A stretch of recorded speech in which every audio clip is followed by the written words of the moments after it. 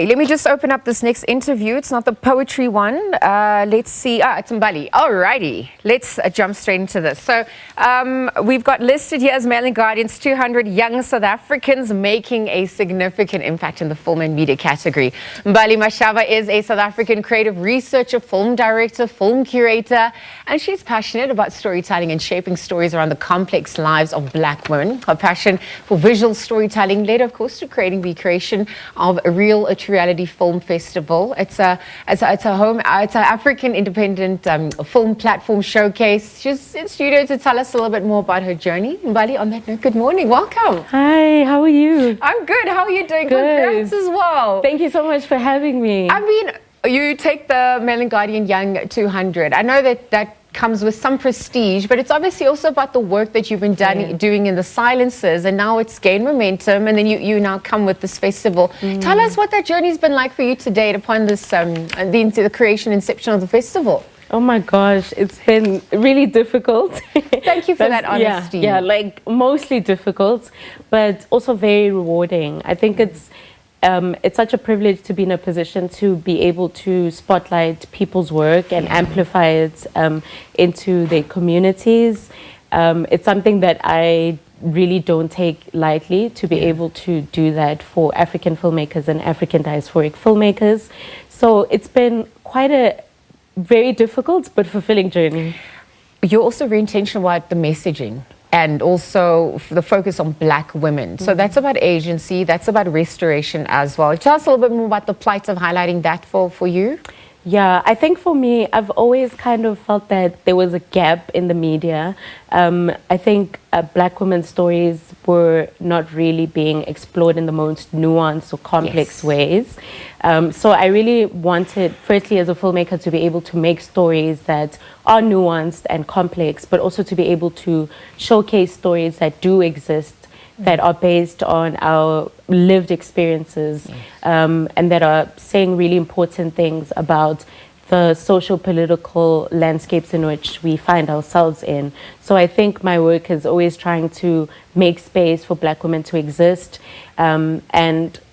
and then in turn being able to amplify these stories. Yeah, absolutely. And perhaps also complete that story, right? Because it's as to your point, it's nuanced. It's not just one dimensional. It's challenging that status quo and some of those misconceptions as well. So intentionally with the festival, it's a 2-day festival. Yes. So in terms of who gets to showcase, how, etc., what goes into each day as well? How have you created that for us? So it's a 3-day festival. Okay, all right. 2 days in Johannesburg and 1 day in Cape Town. Perfect. So the Johannesburg Festival is a 4-session showcase. So because it's a short film festival, we curate films into hour-long sessions. And the sessions are curated around a theme or a particular socio-political issue.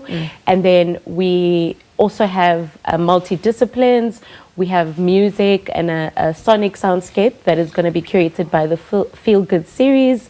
We also have a harvest table on our opening nights where people will be able to enjoy in a meal. And because we're doing an outdoor festival, we really want people to experience the unique kind of setting and just be able to unplug from like our busy digital worlds and just really get into African cinema and what African filmmakers are saying about culture and society right now. Are you able to share what some of those stories are? Because there's a lot that's happening, right? And art also plays its role in highlighting those important discourses. Yeah, for sure. I mean, our closing film is called Chicken. It's a film by Bill Chen. It's a film about child-on-child sexual violence. We also have an incredible film called The Passage that's exploring the plight of gender-based violence. We also have a festival premiere by a young filmmaker called Kulegani Maisa. She's showing Indlu Yenkomo, and it's an epic. It's a story that's based in a completely different time, in a completely different world. We have a film called God is Grey, and it's a queer film about 2 mothers and grief and how they're dealing with grief. So we have quite a a long list of films. Correct. You know, there's comedy, there's romance, there's a little bit of everything. Yeah, and it's just so good to see that range, right? Because that's how holistic we are, and the creativity that also comes through. But the incorporation of technology and even resources. I know you spoke to some of the challenges earlier on. How have you mitigated against some of those issues, or incorporated them at least? Yeah. I think for me, one of the biggest challenges was actually trying to bring people into the cinema, the traditional cinema.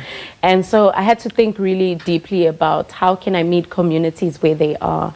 So you'll find at Real to Reality Film Festival, we try to curate spaces that exist. So maybe a house, and we turn it into a cinema space, a backyard, and we turn it into a cinema space, a hotel, and we turn that into something where people can watch cinema.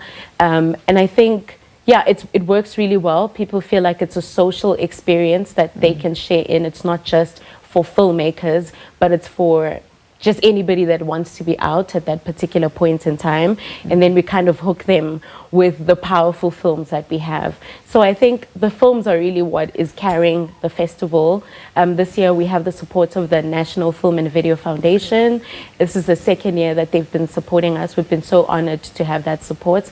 So that really helps us to be able to scale the festival every single year.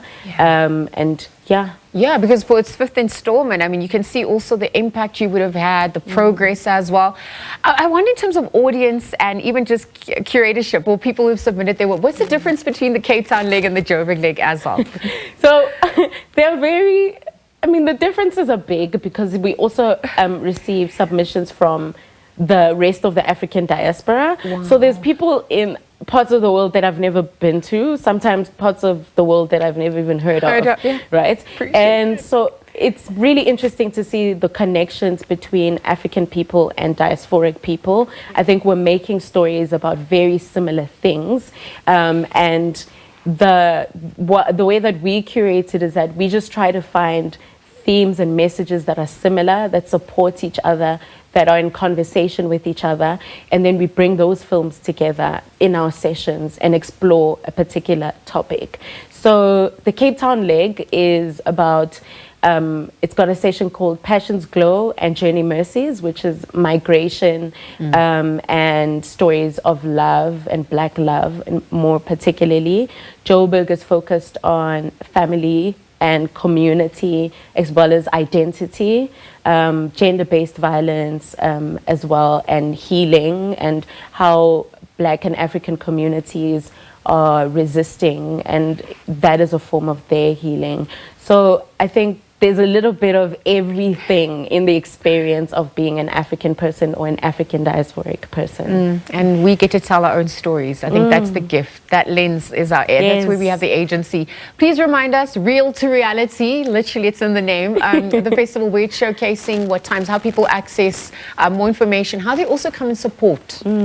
So the festival in Joburg is taking place next week, Friday and Saturday. So that is the 10th and 11th of October. And then in Cape Town, it's taking place on the 18th. The Joburg leg of the festival is taking place at Lang de Monmon, and that's an African diasporic space in Johannesburg.